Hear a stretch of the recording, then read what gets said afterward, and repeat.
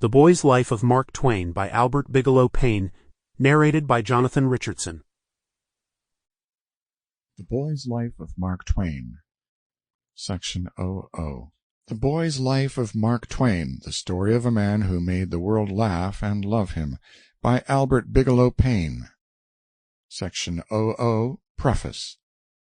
This is a story of a boy, born in the humblest surroundings, reared almost without schooling, and amid benighted conditions such as today have no existence, yet who lived to achieve a world-wide fame, to attain honorary degrees from the greatest universities of America and Europe, to be sought by statesmen and kings, to be loved and honored by all men in all lands, and mourned by them when he died.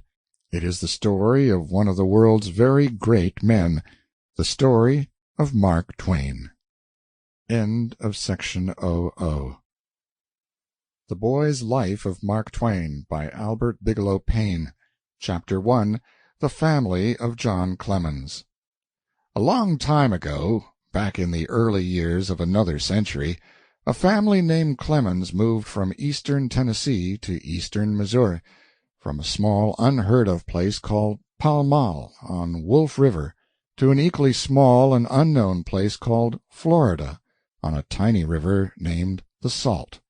That was a far journey in those days, for railway trains in 1835 had not reached the South and West, and John Clemens and his family traveled in an old two-horse barouche with two extra riding horses, on one of which rode the eldest child, Orion Clemens, a boy of 10, and on the other Jenny, a slave girl. In the carriage with the parents were three other children, Pamela and Margaret, aged 8 and 5, and little Benjamin, 3 years old. The time was spring, the period of the Old South, and, while these youngsters did not realize that they were passing through a sort of golden age, they must have enjoyed the weeks of leisurely journeying toward what was then the far West, the Promised Land. The Clemens fortunes had been poor in Tennessee. John Marshall Clemens, the father, was a lawyer, a man of education. But he was a dreamer, too, full of schemes that usually failed.